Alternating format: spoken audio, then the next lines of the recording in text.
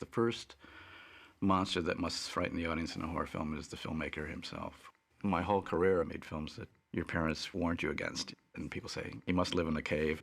And sure enough, they'll usually say, I just didn't expect you. I expected, and I say, what, Charles Manson? They say, yeah, kind of. With The Hills of Eyes, we knew they would be after us. So here's another, film from the damaged mind of this guy, Wes Craven.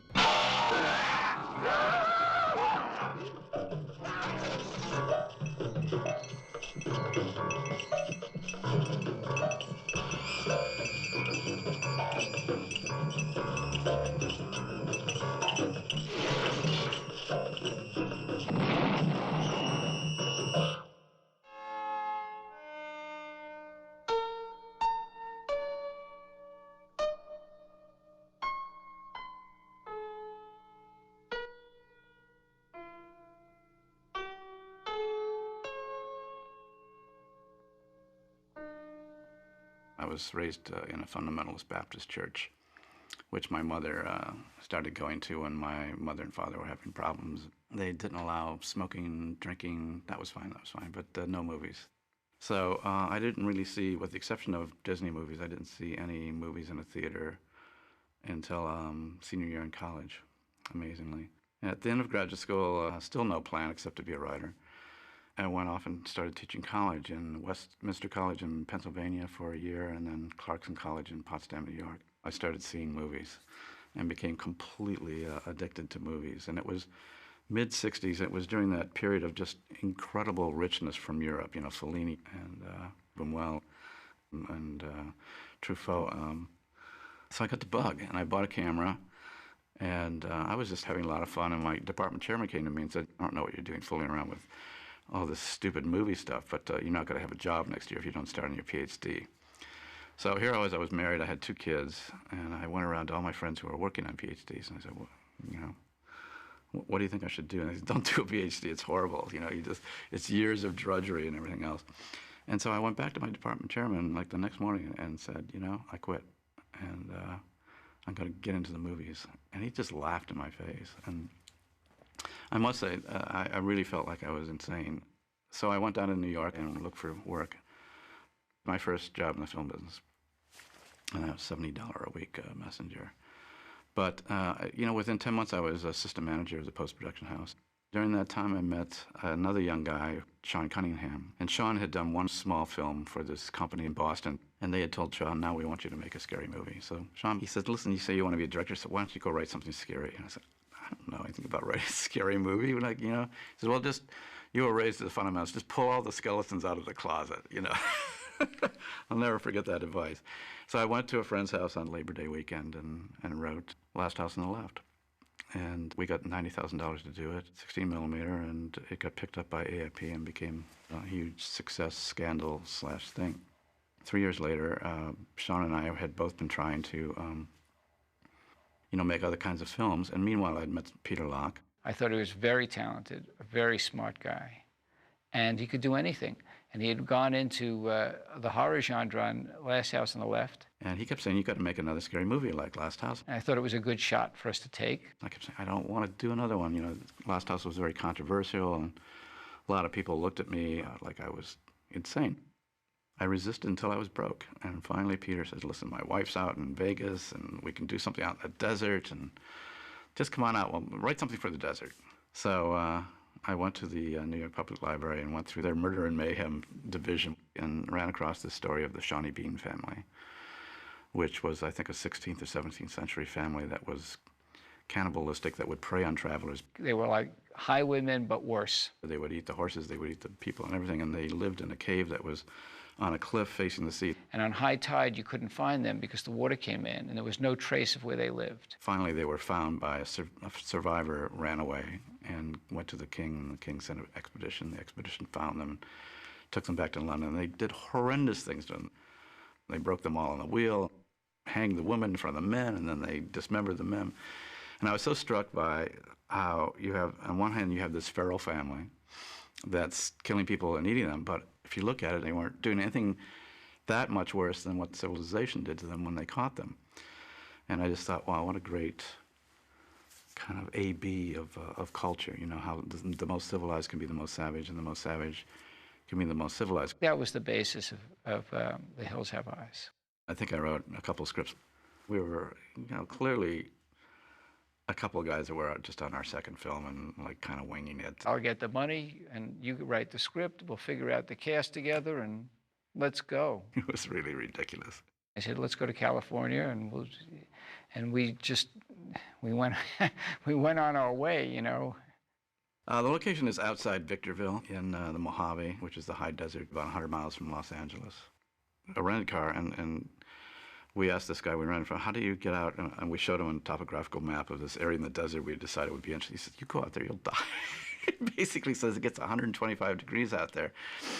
And we said, well, okay, we'll take water. So we took like, I think a 6-pack of Pepsi and some water and drove out in the middle of the desert. I'd been to a lot of different places, but not the desert. This was my first desert experience. It was probably summer, sometime really stupid, like the time you should never go into the desert. And you could drive for miles and miles and not see anything. The first time we got out of the car, because it was an air-conditioned car, we could not believe the heat. It was 106, 114 degrees. It just hit you like a furnace. You know, we're drinking water, drinking Pepsi, went through, wow, can you believe how much fluid we're putting down, you know? And we just kept going and looking and finding, and we wound up in Apple Valley, the big dry lake there. And we got out of the car, you know, turned the car off, and oh, this is great. It's really a hauntingly beautiful place. There's just vast spaces that are open and unused. It was virtually just abandoned. I remember that when we saw it, we said, wow. Those rocks are forbidding, but they're also enchanting. We got back to the car, no fluid, and the car wouldn't start. It was just, we looked at each other like, oh my God, we're gonna die. We're a bunch of stupid New Yorkers out here. In the middle of the middle of the middle of nowhere. And like, you know, 3 more cranks and the car started, and it was just like, whew. But that was how we found the place. Just, it was like pointing to a place on the map. I remember we cast here in Los Angeles. We had a place on Sunset Boulevard. The audition consisted of crying. Everybody had to cry. Cry, please, now.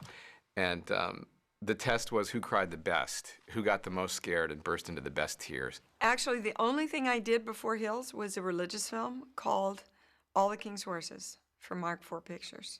My agent had said, oh God, don't do this movie, don't do it, don't do it. You know, it's a horror movie, you don't want to do that to your career. And I love horror movies. Bobby. And I just loved Wes Craven, so I went, well, I have to do it. What it meant to me was a big break. It's a Mayday, Mom, not Maypole. Mayday. Oh. Oh, here, let me. Mayday, Mayday. I mean, when you're starting out, you just want to work in something that hopefully people are going to see. What the hell was that? So Hills really is the start of my, like, professional career. I was not the first choice for this part. Some other guy who was cuter and, I don't know, more believable got the part, but he turned it down. And they came back to me and said, so, are you still available? I said, yeah, please. We also were looking for very unusual types, and we had a parade of bizarre, you know, tall, huge, geeky, strange-looking people. They first wanted me to go up for the girl, in the, you know, part Dee Wallace played, and I really wanted to play the animal girl. Don't you make a noise when you walk. Here. Oh, no, you don't. That's a challenging part. Something I can just bite my teeth into it. Part of the casting, I know, for Ruby was that she had to be able to run very quickly, so we would have foot races out in the parking lot for the actresses. Wes had his chosen few line up outside in the parking lot. We wanted to see them run to make sure that they were athletic and they were going to be able to handle what Wes had in store for them. And so he said, 1, 2, 3, go, and everyone ran. I stood there and just, he looked at him, he looked at me like, why aren't you running? And I went, whoosh, and just took off and bypassed everybody, hit the pole, made it back, and he went, you know, gave me that look, you know, and I ended up getting the part. And then Michael Berryman walked in, and he's really extraordinary. He said, look, I have, I think, 26 birth defects. I was born premature, and my cranium wasn't fully formed, so I had to have some reconstructive surgery. And there's the fissures on the side of my head are from where they cut through with the scalpel and spread the skull apart, and then put some bone spacers in there, and it fully developed, and that's how we got the the face that we got. At the same time, it was very bright and completely, on top of everything. And I'm going, what's the story about? Okay. Okay, and I'm one of the cannibal family members? He took direction and was just a wonderful guy. So he was, of course, immediately hired. And we went out to the desert and kicked some ass. Eventually, after prep, we shot most of this in Apple Valley. I just remember the hotel was overrun with us. It was just a small hotel. And, we would go out every day from there. In fact, I drove one of the Winnebagos every day, and we'd fill the Winnebagos up with people who needed a ride to the set. The paved road probably went on 10 miles and then 20 miles down a dirt road to get to the location. When I saw the size of the production, I thought, this isn't really a movie. The conditions were primitive, to say the least. It was an exploitation film. You figure it out. Low budget means inexperienced people who are willing to work hard and not the best conditions. And that's what this was. I mean, it really was, let's put on a show. Mickey Rooney and Judy Garland, let's put on a show time. Most of the time I ended up doing my own makeup. We had a blast. We're all in the same boat together. Felt like we were a bunch of college kids, going out and making a movie, having a good time. Not really knowing a great deal about, exactly what we were doing. Everybody was learning, and it was very, very low budget. I think our budget was somewhere between $275,000 and $325,000. To me, that was a huge budget. Last House budget was $90,000, and we had a crew of 7. This we had a crew of like 15. So wow, we were really smoking, Eric Saarinen was actually quite a cultured young man, son of Eero Saarinen, the architect. I think I had done You Light Up My Life, and that made money, and so Peter Locke was interested in that, and he pretty much said, "You'll do." I worked my way up through Corman Films and features, Summer School Teachers, Eat My Dust, Death Race 2000. I pretty much picked the crew. As a young film crew working with Corman, had made probably a dozen films already, so they were much more experienced than we were. I wanted to shoot in 35. I didn't have a thought of ever shooting in 35 millimeter. I mean, 16 millimeter to me was just, it was so much better than 8 millimeter. 16 is a definite, handicap. On the other hand, it's faster. It's easy to handhold and still do sync sound. I think the cameras were all rented from a famous California pornographer, if I'm not mistaken. We got a deal on it. Well, I'll take a look around. I don't see any. Didn't hear you. I was just cleaning up. I'll fill it up and check the oil and water. Give you what I got. Ain't got much. I'm just closing down. As bizarre as the premise of the film is, I've always struggled to make the people in it seem real. Don't you mind them. They just want to play. That's a good girl. Odd. Telling you we're in the middle of nowhere. Yeah, I wonder how far it is to the nearest cheeseburger. That white bread family from Cleveland, those were people that I grew up with. That mother was like my mother, You folks go right to California and have a good trip. You folks stay on the main road now, you hear? Stay on the main road. There's this family, and they've inherited a silver mine. They're driving through someplace in Nevada or something. They're from the East Coast. They don't know shit, and, they go off across the road.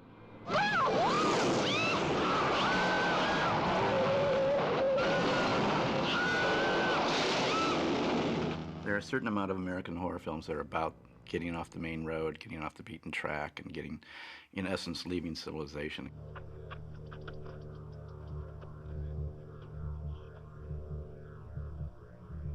It just makes you feel vulnerable. It makes you feel small. It makes you feel like you're suddenly thrust back to a time when human beings were very small figures on a big plane. One of the things I did with The whole family they're consciously stripping away everything that they had of civilization to protect themselves. You know, first their car and their trailer, and everything was just taken away from them. You see what they have when they're down just to their core, resources. Never you mind. And there's a Pharaoh family. The names of the Pharaoh family were based on the planets. Papa Jupiter, he stood for the primal father.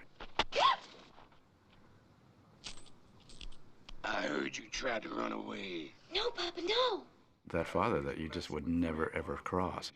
I fixed Grandpa pretty good. I like fixing people good. His ferocity went beyond anything you could imagine. You heard what? I'll go find him. And Pluto is the least known of the planets and kind of strangely shaped. And Mars, of course, the god of war, and so terrified by your father that you can't find your own manhood. Did you kill them all like I told you to? Did you kill them all like I said? Ruby was like the gem among the family that, was different. It had that sort of ray of hope within her to break out of the family. I guess it was the first time that I was just fascinated by this kind of flip side of everything in human culture. There's a Pharaoh family and the white bread family, and they all match each other, sort of the dark side and the light side. I think the location is one of the stars of the film. These prehistoric rocks, which sort of tumble up into the sky, a very creepy kind of dinosaur landscape. They found a really creepy place to shoot. I was looking for something that was primordial, sort of at the beginning of time-ish.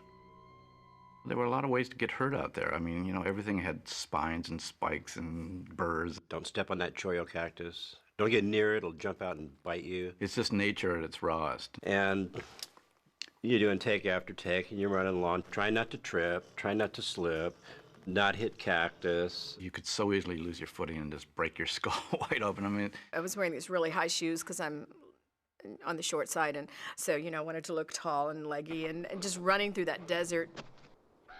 Lots of bruises and scratches, and I really got scratched. I remember Wes Craven keep saying, "She's still too pretty." And so they kept putting more dirt on me and putting black on my teeth. Loaded. Take me! I just remember climbing up and down and having to really get into the dirt and the grime and being cut up and being dirty. That was a tough shoot, though. Well, I think the wear and tear on everybody in this film was pretty extreme. Here's a bunch of little actors in a trailer in the middle of nowhere, telling a story about a bunch of desperate people in a trailer in the middle of nowhere. So making the movie feels like the movie. I just remember being incredibly tired. Well, they're like 12-hour days, sometimes 14-hour days. 6-day weeks. It was so hard to get it all done in the time that we had and in the environment we were shooting in. You have to shoot like hell. You just keep doing it. I mean, you have to get through it. You need to stay focused. When you're constantly fighting the sun going down. My primary memories are died of the heat, froze of the cold. That's it. There was no in between. In the daytime, it was unbelievably hot. It gets up to 120 some degrees, and it's just like, it's like standing by a furnace. I think we had tarpaulins up all the time that we could duck under, hydrate. Get in the shade, stay hydrated. There was no relief. I think I was taking a bottle of water and pouring it on my head. The heat, the heat beats it out of you badly. And at nighttime, as soon as that sun went down, we started freezing. So it would be down to, in the 30s. You'd end up bundled up in sweaters and down parkas and whatever else you could throw on. The desert is freezing. You freeze your beezers off. It was, we would be out there before the sun, and it would be 40. The lowest morale was when we were shooting night stuff inside a cave, and it was raining like hell, and we were standing in 6 or 8 inches of water. It was probably 30 or 40 degrees. We had nothing. We were wearing garbage bags for rain slickers. We were just, sopping, and there wasn't anything we could do about it, And the wind, dry wind. I mean, if you watch the movie, you'll see us blowing everywhere. It was dusty, it was dirty. You're all dirty and gritty, and then you're crunching on your sandwich. With the budget that they had, it wasn't going to be a picnic ever. And we all knew it going in. Every time the other family one of the actors would complain about conditions, or I'm sore, or I got an owie. I hate it out here. Just uncomfortable, that's all. It's more than uncomfortable. Ooh, Jimmy and I and Lance, we would unmercifully tease them, call them babies, crybabies, wusses. You toughen up because, you know, you don't get pampered like you do on a TV set or whatever. And you learn to just go with it. I went home all beat up, but it was worth it. I felt a job well done. I just would roll up my sleeves and just dive into it. I loved going to work every day. They were hardworking guys and girls, and they liked what they were doing. They were really committed to this picture. Honey, the entire crew and cast had to be committed because you couldn't do it in the conditions that we had to do it in if you weren't. It truly was people that wanted to get started in a business, and they were going to do what they had to do it. I think the morale on the shoot actually got better as we went along. When we started, the crew had just come off of a Corman film, and they were just completely burned out because they were made to go so fast, and they had been working around the clock. Right when you're running out of steam, you have to keep your nose to the grindstone. I remember them being kind of short-tempered and kind of edgy with us for the first couple of weeks. We were just trying to get the thing done. I think when Eric Saarinen finally realized that we were out to do something kind of unusual and something that could be a little classic, it started to change. I think we were influenced by Wes's, constant desire to make it better. And he was obviously a very talented guy and determined to do good filmmaking. Wes had a vision, and, I think people are attracted to people who have a vision. I was completely knocked out by the Greek and Roman mythological tales. They were very primal, they were full of blood and gore and betrayal. The reason that those myths have stayed for so long is because they really nailed certain things about the human condition. They were carrying our cultures in a way that was elemental, boiled down to the barest bones of what we're all about. And my God, if you can do that, it'll be a really good horror film. You're totally justified in being here, and it will require of you all of your intelligence and intuition. Wes Craven, he's a fabulous director to work with. He's very quiet spoken and very gentle, but yet he's a powerhouse. He's an actor's director. This is a quiet, intellectual, introverted guy with a baseball cap that looked bigger than his head. I remember Wes as just being very solid. He knows his shots. He knows exactly what he wants. And there's no mystery about it. He's a sharp guy. He used to be a teacher. He's still a teacher. There was a lot of hype around his name, new and up and coming and really important new director and all that stuff. But I really, really thought throughout the production that Wes Craven would never make it as a director. Good Lord, this guy is never going to make it. He was just far too shy. And Wes went on to, continue to scare the crap out of America. Peter Locke was much more aggressive on the set. The producer jumping around, stand over here, talk up, okay, emote, really emote. He was a nice guy. I mean, for a producer, he was a nice guy. Producers, they're not all nice. I was on the set all the time. I was a hands-on producer, and that causes tension between the director and the producer. I can remember there are times when I just hated Peter because he would be standing behind me saying, shoot, shoot, shoot, shoot. We had to shoot a schedule. We were going to run out of money. And Eric Saarinen and I, the DP, would be like, if we get this shadow here. It's a triangle. There's fast, cheap, and good. And you can have 2 out of 3 of those things, but you can never have all 3. And of course, Peter's there, shoot, shoot. It's the same thing over and over again. I need this, and I can't afford this. And you want to be able to get everything that the director wants. But when you can't, you have to go to him and say, this is all we can do. It was a very real struggle between a young producer trying to get the thing shot on time and a director with artistic aspirations. When I read the script and I read the part about the tarantula, I actually went, I don't know if I can do this part because they're just hairy and disgusting. They kept the little sucker in a little box or something. And I think at one point the handler actually had me put my arm out and let it crawl up my arm so I could just get used to it. And I didn't play with it very much. Working with that hairy little tarantula was not a piece of cake for me. I mean, I didn't have to act much in that scene, that's for sure. That was very hard for me.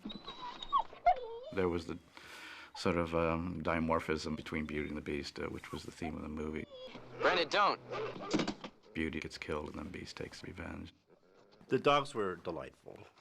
Okay, go, go. They loved the attention. They loved to hit their mark. The bionic dog Brackett was just wonderful.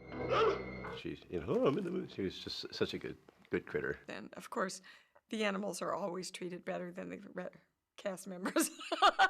It's true. It's so true on any show. Our art director, Bob Burns, had just come from doing Texas Chainsaw Massacre, and he had what he called his kit, and that was a truckload of just camouflage netting and skulls and bones and all these weird things that had been part of the Texas Chainsaw Massacre. The cave, for instance, where the Farrell family lived, he just went in there and made that place, triple creepy. The gas station was a real place. I believe we brought in the pumps, but it was literally an abandoned gas station out in the middle of nowhere. The desert is just full of surprises. My favorite scene is with Grandpa Fred, when he's explaining to the father what's going on. Car skidded off the road, we broke an axle. Now they're back at the trailer, and they're all okay. Like hell they are. Give me that booze. It's something you should know about. John Stedman just really was an asset to the production. He lent it so much realism. I was in town getting supplies, and the whole damn house burned to the ground. My little baby girl was a cinder when I found her, but this monster kid wasn't even singed. I knew he'd done it. I hit him with a tire iron and I split his face wide open. That was a long time ago. Long enough to raise a passel of wild kids. Long enough for a devil kid to grow up to be a devil man. The film was obviously very extreme. Stuff that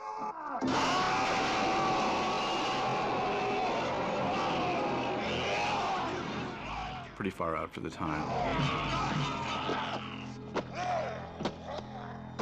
It broke every single barrier of propriety and everything else. It's a really rough movie. It's a horror film. I was feeling very strongly that if you're going to show violence on film, it should seem real and grab the audience and make them feel like they were in real life when it got brutal.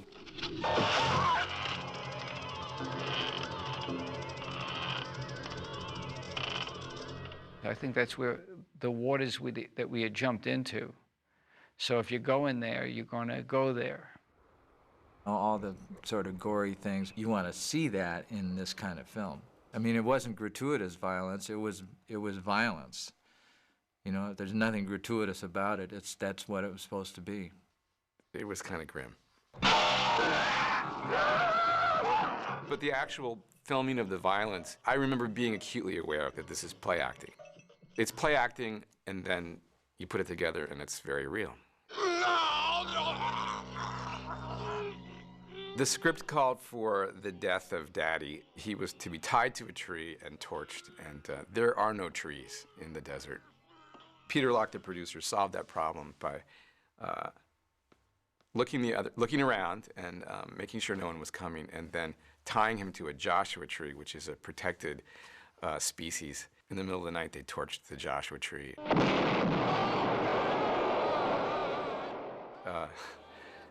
And burned up the man. Virginia Vincent, I think, brought a tremendous sense of veracity to the film. My God, she had to go through such tremendous arcs of feelings. That's not my Bob. That's not my Bob. That's not my Bob. No, it's not, Bob. Virginia Vincent, I think, had that trait of just making everything real, She did a great job. Your dog made sport of my blood, you pig. I'm gonna kill your kids for that.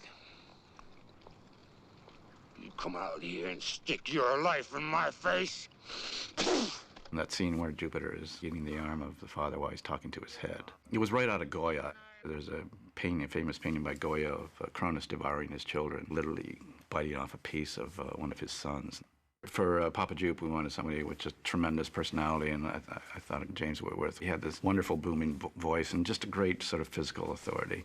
I'm gonna watch your goddamn car rust out. Yes, I will. I'll see the wind blow your dried up seeds away. He started laughing on doing those lines. I'll eat the brains of your kids. You know, that whole diatribe was just like too much. That was a leg of lamb roast. And we were all hungry. It'd been a long time since lunch. And it was late at night, and we still had to drive back to the hotel. We knew everything would be closed. And well, that tastes pretty damn good, you know. It was so wrong, but it was wonderful. Mercury, you paying attention, Mercury? You know how to use that thing? Huh, Mercury? Peter Locke decided he wanted to do a cameo. Says, okay, well, you'll be somebody called Mercury. You'll be like the Watchman. That was it. I became Mercury. He's up on the hill. And he's got the feathers on, and he goes, Papa Jupe be so happy. Maybe I make a joke like last time and eat the toes. and I answer, and he goes, Okay, Pluto. and then the dog pushes him.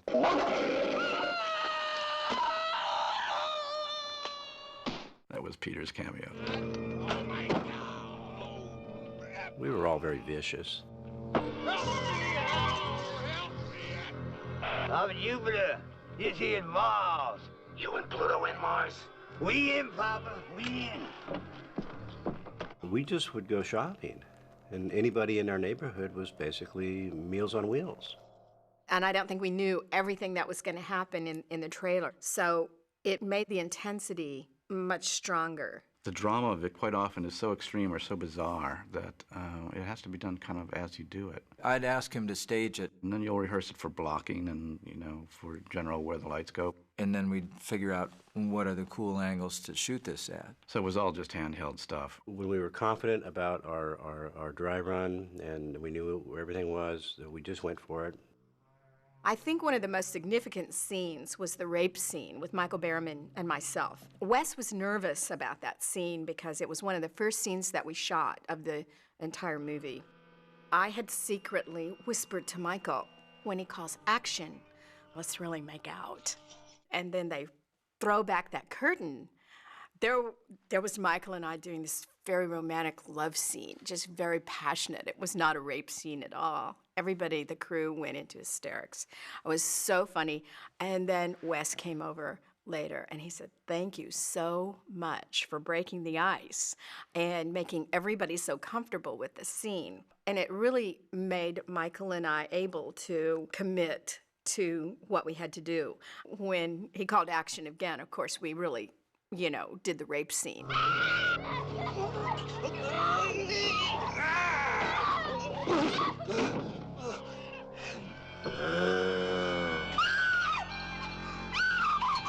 And just to be able to scream and be raped, I love the commitment to it. She got into that, and it was terribly frightening.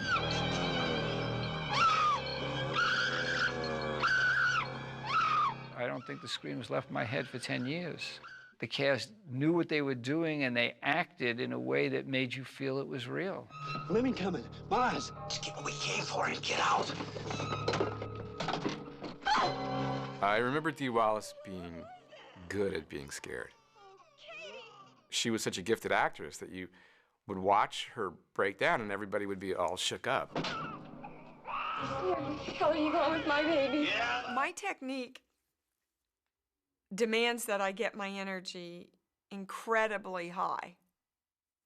So I'm like this inside, and I'm all ready to like be attacked by these people. And I remember Wes going, all right, quiet on the set. Quiet on the set. Everybody just kept talking. And inside, I'm building and building. And I remember screaming, quiet! and everybody's headphones went whoop, flew off their head, you know, and I went, oh my God, I'm so sorry. I'm so sorry. I'm just so ready to do this scene. It doesn't take a lot on the page for me to understand who a mother with a little tiny baby would feel out in the desert when people are getting killed. I mean, she fought for that kid. The terror aspect of that scene, it still holds so strong today. It created such a horrific element of entrapment. That room was really small, and it was just terrifying, and there's no way out. And then when he shoots Steve Wallace, and then the mom,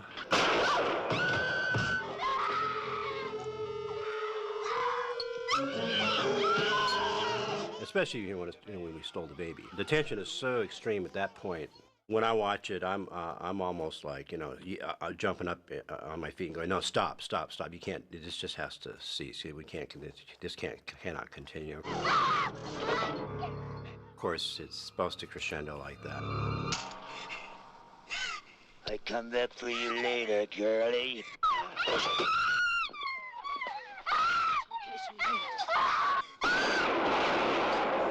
It really sets up the rest of the tension. Because in life, in real life situations, things befall you. The test of your mettle is how you can respond. They have to get out of this again through their own devices. I think the film, you know, has a lot of substance to it. It's about how resourceful this family turned out to be when everything was stripped away from them. They got food, ammo, they killed Dad and Lynn, and they got the baby, and they're gonna be back.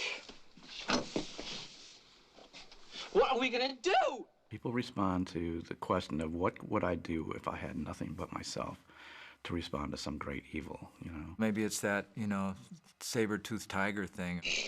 Why are you doing this?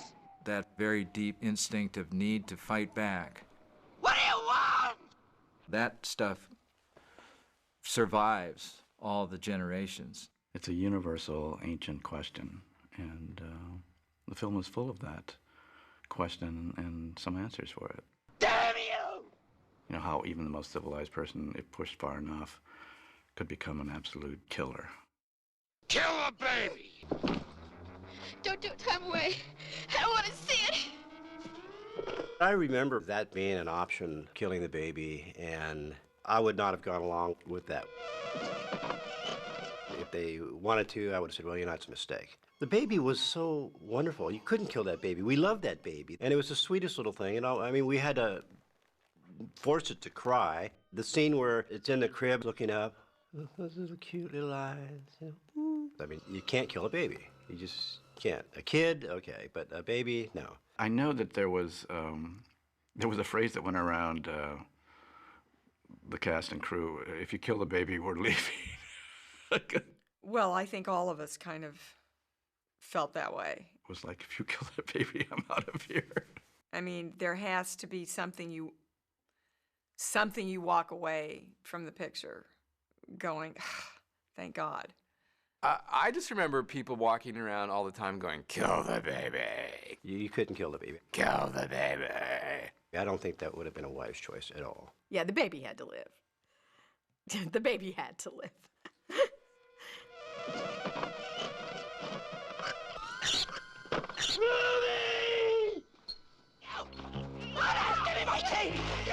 Wes had the tension built up so well at that point. It was wonderfully hideous. And then we get ours. I was a little concerned that maybe the dog would bite through the moccasin that I was wearing. And so I asked Mo DeCesso, our handler, I go, Mo, I will listen to you. I'll do exactly what you ask. How do we work with your animal? And he said, I will give him an order. He will clamp down a certain degree. He will hold, and that's all he will do. He will not bite farther, and he will not release until I give him the command. The whole idea was to visually see the teeth going into the Achilles tendon and breaking the Achilles tendon. And it was just, it just looked absolutely real. And then when the dog came running up the camera for the neck hit,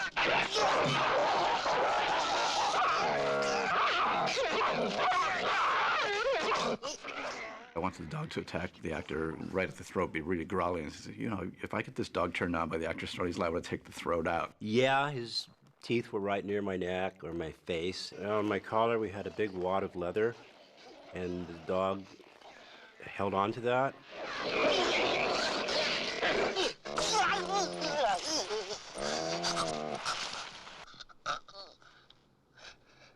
The audiences would just go, yeah, yeah, yeah, and I kind of like shrink and want to disappear.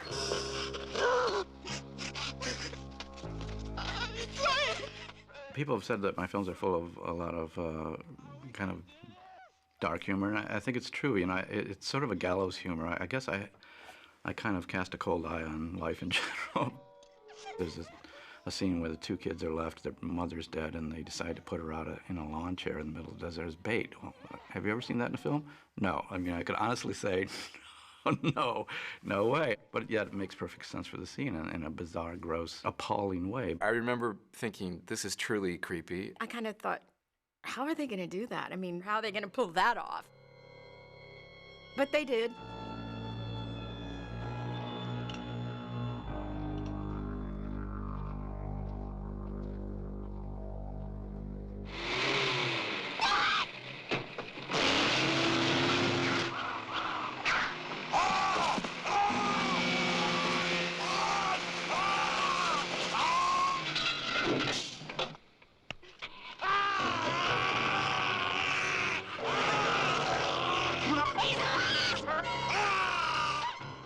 I loved Wes's work. He's extremely inventive, as you could see in the kind of MacGyver-esque ending where they blow up the place by putting the matches on the door. It was great.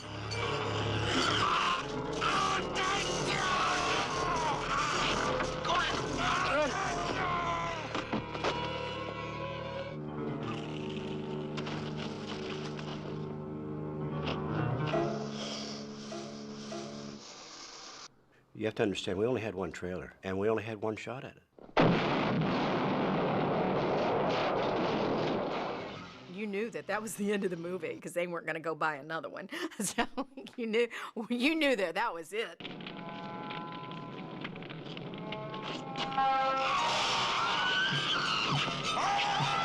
My favorite scene is when I run up and try to hatchet him to death.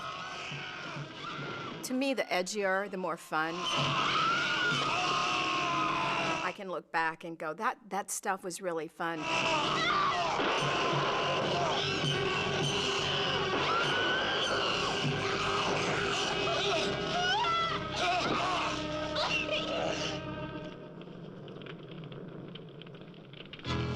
Peter Locke came up to me after the take. He said, "That was great, kid. That was terrific. That's great. It was wonderful."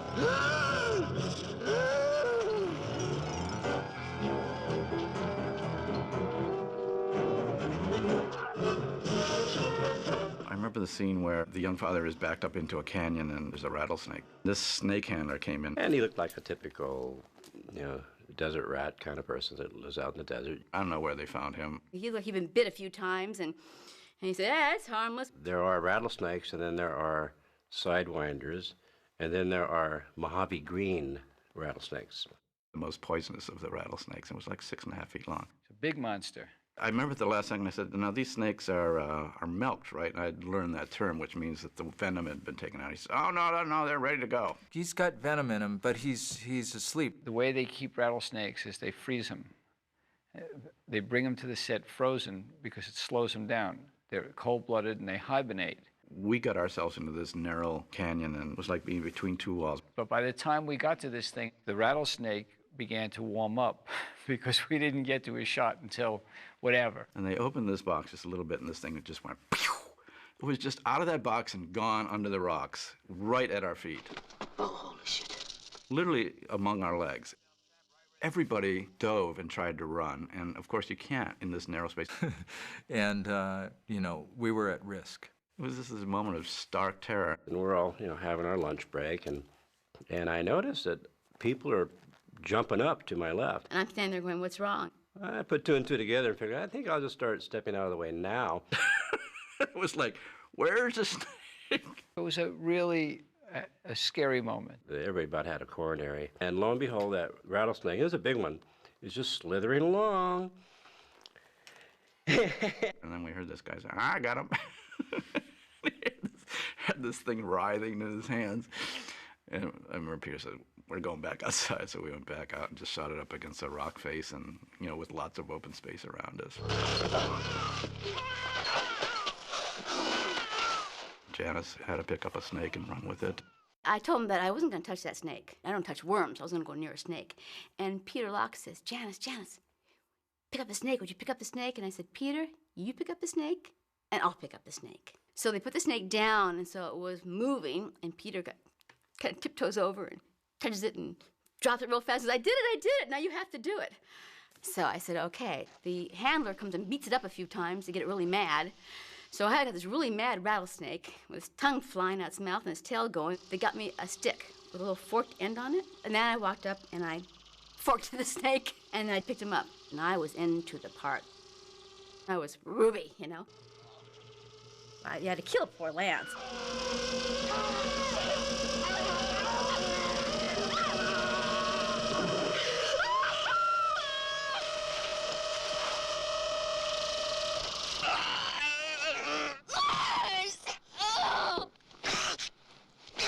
That ending of the father stabbing Mars,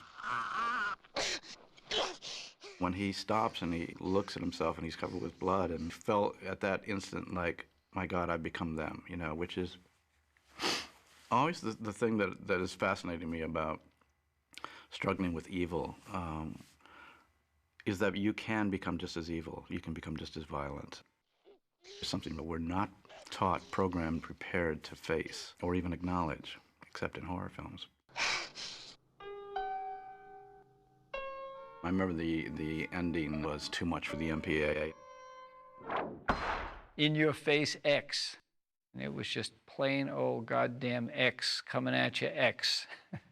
You struggle for weeks and weeks and months to get a sort of certain vision onto film, and you finally get it there, and then these people, whoever the hell they were, now I know who they were, but they get the right to tell you, no, you can't have that. I guess it was what they considered wretched excess.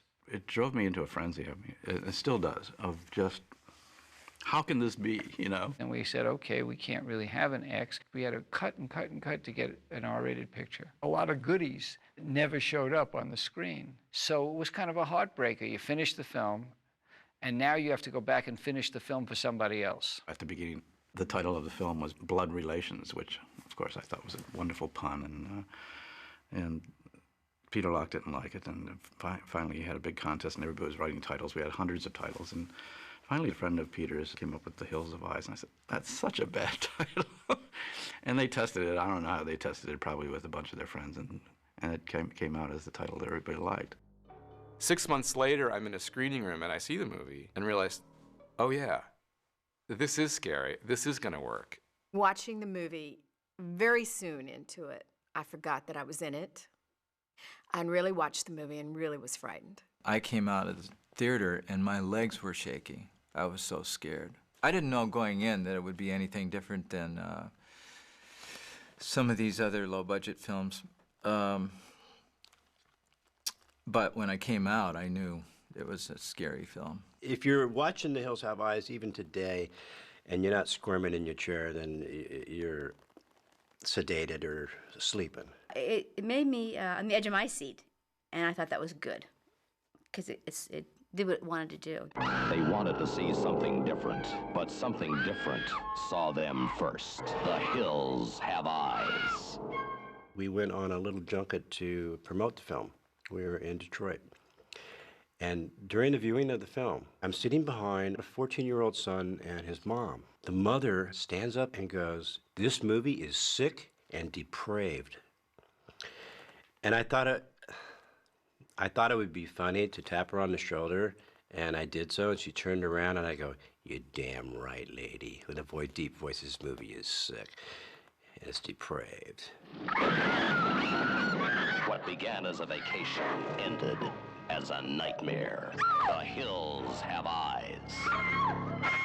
We sold it all over, and it played successfully. We set records in a lot of the places that we opened. We went to a couple of the early performances and it did extraordinarily well. It was a very, very healthy response and a lot of cheering and laughter. And Yelling and screaming and, oh, they loved it. Are you kidding? Walking through New York, people would come up to me and go, I just saw you. I saw you. You know, it was very exciting. It was really exciting. that's why we thought we had a huge hit on our hands. The big blow against The Hills of Eyes was Smoking the Bandit. It opened like the week after we opened. It did so well in the large venues that it swept into all the smaller theaters where we were playing and just blew us out. It wasn't a breakout hit, but it wasn't a bust. It did okay. It played for years and years and years, you know, years.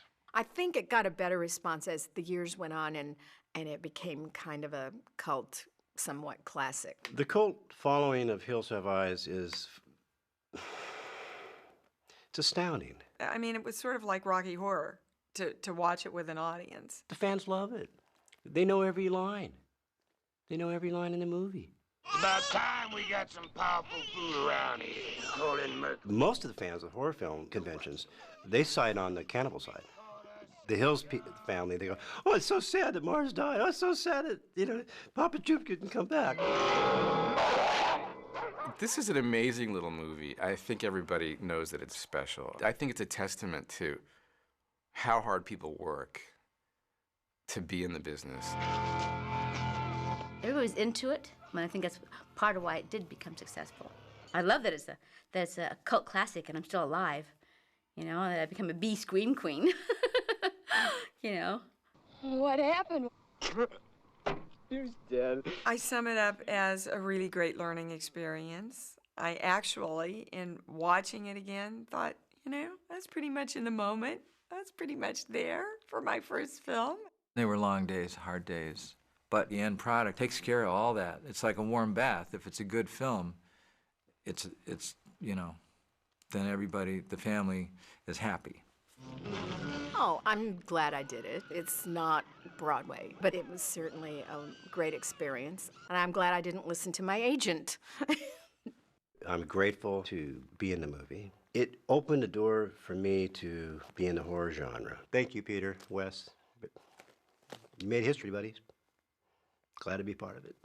Great time in my life. Great to be working with Wes. I put my whole self into it, and it's a fun memory. The Hills of Eyes was the last of my films where I did them with a very close friend and where there was only two of us basically making the film. It got me a lot of attention. I think somehow people saw after that there was a filmmaker there. It wasn't just, oh, let's slash a million throats and therefore it'll be a really good horror film. We were talking about something. People always are drawn to the film, and I have had people repeatedly tell me over the years, you know, the film I really like was The Hills of Eyes.